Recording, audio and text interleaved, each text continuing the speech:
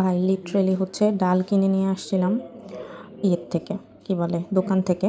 ড্যাফোডিলের যে মানে ঢাকা হোটেল, এটা হচ্ছে সেই ঢাকা হোটেলের ডাল। আই ডোন্ট নো, এটা মানে লোহা, লিটারেলি একটা লোহা ডালের ভিতরে পেলাম। কিছু বলার আছে? এরকম প্রতিনিয়ত মাছি, লোহা, তারপরে আরও কত কী পেয়ে যাই আমরা, পাথর। মানে মানুষ কীভাবে খাবে এত বড় লোহা? এটা এটা গলায় ঢুকলে কি হতো, মানে কি হতো? এই যে এখনও তরকারি আছে আরেকটাতে। তো এই এই এই টাইপের জিনিসপত্র দেখে মানে কি মনে হয় একটা মানুষের খাবারের রুচি থাকে? কি কি বলার আছে, মানে আমার রাগে এখন কিছু বলতেও ইচ্ছে করতেছে না। ওনাদেরকে কী বলা উচিত? ডালের মধ্যে থেকে এত বড় একটা প্যারেক, লিটারেলি আপনারা দেখতেই পাচ্ছেন। এদেরকে ভালো মতো কেন কেউ ধরে না আমি বুঝি না।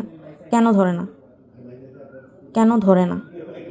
আর মানে এখানকার যে যারা থাকতেছে তাদের তো আসলে কোনো থাকার বা অন্য কোনো ওয়ে নাই। ভার্সিটি ছাড়া তো তাদের ওয়ে নাই থাকার, আশেপাশে থাকার।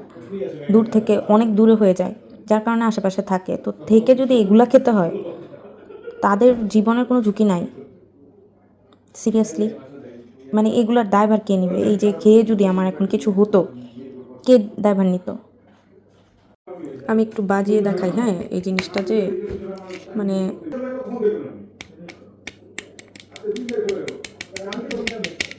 এই তো, শুনতে পাচ্ছেন কি না?